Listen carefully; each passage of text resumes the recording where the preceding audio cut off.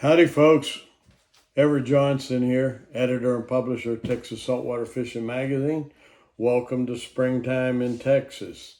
Want to talk to you real quick about our April issue of the magazine. Lots of good content in there and lots of good fishing tips and information to help make your days on the water more productive. We just finished up the Houston Fishing Show last week, and let me tell you, it was a dandy.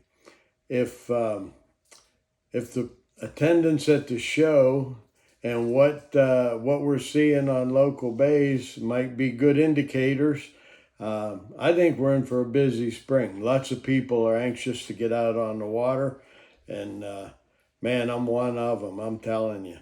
I finished up waterfowl season. We got the fishing show behind us, and it's time to get out there and have some fun. So, moving right along, I want to talk to you just briefly. Lots of clamor up and down the middle and lower coast in regard to the what I call the emergency trout regulations. You will recall we had the devastating freeze in February 2021, and in response to that, Texas Parks and Wildlife enacted a 3-fish bag limit with a slot for retention of 17 to 23 inches. Now, we are definitely seeing recovery of the fishery, which has everybody very, very happy. Some, however, are questioning the wisdom of why the regulations are going to sunset the end of August this summer and revert, they call it, to the prior regulation under which anglers can retain 5 fish, 15-inch minimum, 25 max, 1 per day, longer than 25 inches. They are saying, hey, we're just making serious inroads on the recovery. Why stop here? Can we not let it continue? Well, that's a great question.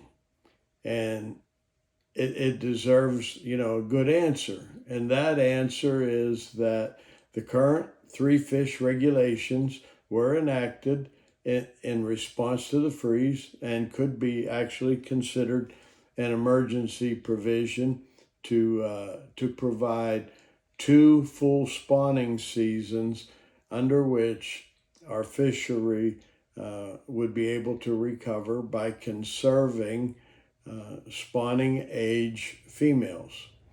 So the regs were specific when enacted. They would revert back to the prior regulation August 31st, 2023. And that's going to happen. And that causes some people a little bit of heartburn. So here's what I have to say about that.